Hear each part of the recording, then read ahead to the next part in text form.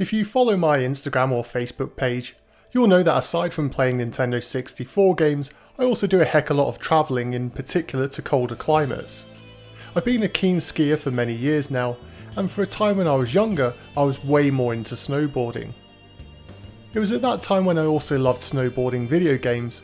They'd offer me an escape to the slopes or the mountain, where more often than not I'd be stuck at home watching it rain outside, and so, funnily enough, I actually really have strong memories of snowboarding games, and so on today's showcase we're going to take a look at some of those N64 snowboarding games.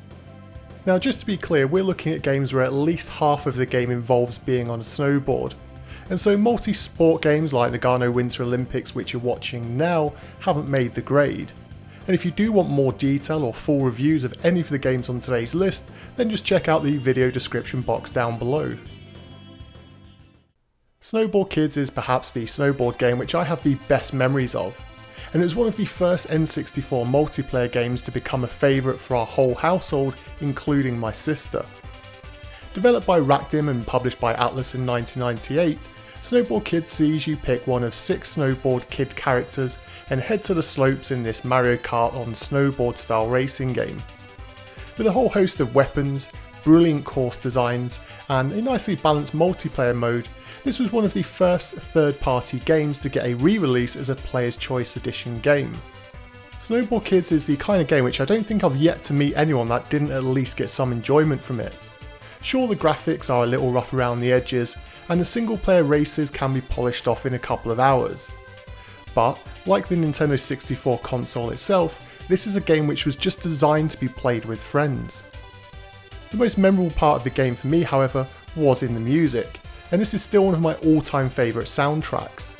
It's super happy, almost too sweet, but damn, whenever I hear any of these pieces of music from this game, I instantly get taken back to nights huddled around a CRTV with my brother, sister, dad, and just having endless fun with the game.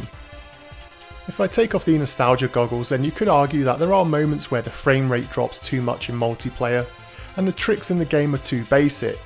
But mostly it's the rubber banding in the single player mode that can make some of the races turn into luck rather than skill based. One thing that people often forget about Snowball Kids is that it was also re-released on the PlayStation as an enhanced version called Snowball Kids Plus. That version adds more characters, full motion video, and some character customization and board options. However, the game runs slightly slower than on the Nintendo 64 and the visuals are more blocky.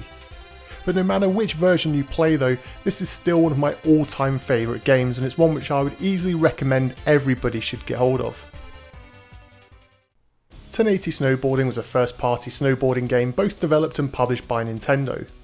Many people throw this up as being Nintendo's answer to the Cool Borders series of games, but in reality they were very different and each have their own merits. Landing on store shelves in 1998, you'll select one of 5 playable characters, with more secret ones to unlock, and choose from a wide range of real licensed snowboard and clothing brands such as Lamar and Tommy Hilfiger, as you hurl yourself down various slopes and terrain in pure head-to-head races. What sets this title apart is the more technical approach to its gameplay, which falls more in line with a snowboard simulation than an arcade experience. When taking jumps and landing, you have full control over the board, and you'll constantly need to re-level your board in the air before landing to ensure that you don't crumble and fall over. This was something which many people found frustrating at first, but once you get the hang of it, there's something really satisfying about pulling off a perfectly clean race and nailing every jump. There's also a fairly in-depth trick system, and the only downside with it is that it's not really required in the single player races aside from showing off and adding some style. The multiplayer mode in this game only supports 2 players and the frame rate drops significantly.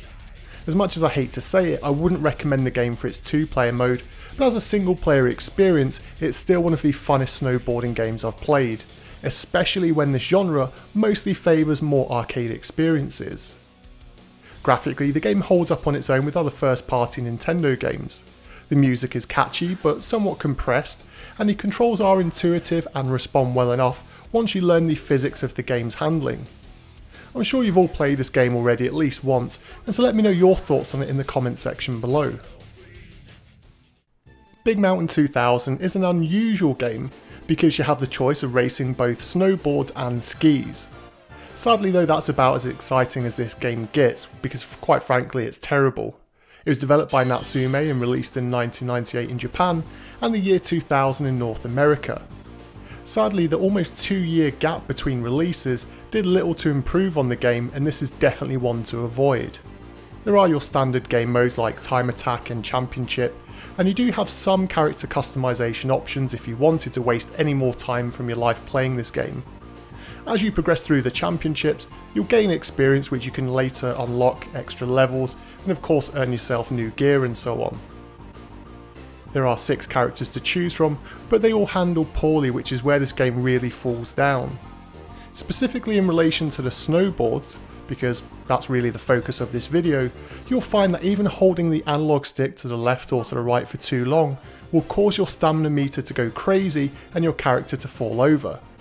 This literally makes the game unplayable to an extent, because even after, say, holding down left or right just to make smaller turns, you won't be able to do that. And basically you'll be falling over, which gives your opponents plenty of time to overtake you and win the races. When you add to this a terrible commentator who keeps yelling at you to hurry up, on top of some grating music, and the experience quickly becomes rage-inducing. The visuals are ugly, the course design is mediocre at best, and don't even insult somebody by asking them to play the multiplayer mode with you. This is the N64 snowboarding game to avoid at all costs.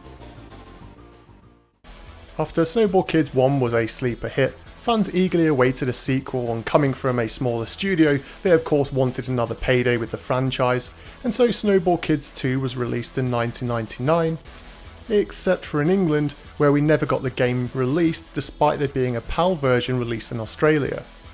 I'll never know the true reason why we didn't get the game here, because everyone who I knew who had an N64 would have picked this game up day one. But regardless, this is a great sequel. For me, this does what every good sequel should do. It remained true to the original whilst expanding on what that offered and presenting a more broad experience. This time you have a full story mode which also includes races against boss characters and special skill races which help you hone your weapon and attack skills. The entire arsenal was also tweaked.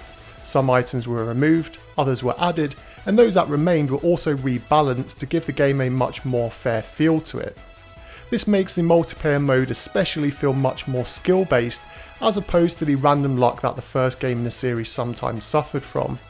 The tracks this time are spread across 4 themes, which are winter, summer, Halloween and space. As a whole they feel longer than the courses of the first game and still retain the cool fantasy aspects which appeal to me. I didn't however like the change to some of the character designs, and the unlockable characters were not as interesting as they could have been, as they share similar statistics with the other characters already playable from the start. As a whole though, it's pretty much the perfect sequel. The visuals are slightly better and the game more balanced, and the music is really, well, it's down to your opinion as to whether you prefer the original soundtrack of Snowball Kids 1 or this sequel. I for one though preferred the first soundtrack, but let me know which version you prefer in the comments. Twisted Edge Snowboarding is sometimes considered to be the poor man's 1080 snowboarding. After all, it was released around the same time and held from Boss Studios, with Midway taking the publishing rights. It was both a critical and a commercial failure, but it's not to say you should fully write this game off just yet. The game handles a lot more loosely than 1080 snowboarding. Everything here has a much more floaty feel, and the only way I can really describe it is that the physics system feels very similar to Top Gear Rally. The turns you make take far too long, and with 4 races on screen the whole game just runs at a slow frame rate, but it is a very stable one to avoid any shuddering. It's just weird to look at and equally just as weird to play. Funnily enough though, the game was actually delayed by 4 months after early criticism of these very points, but the extra 4 months they spent on its development, it seems to have done little to make this more enjoyable to play. The problem with the delay though was that it also meant that 1080 snowboarding was released before, and the original intention was to release this game before 1080 snowboarding. Because of that and the high praise and scores that 1080 snowboarding got, it meant that this game was pretty much dead on arrival.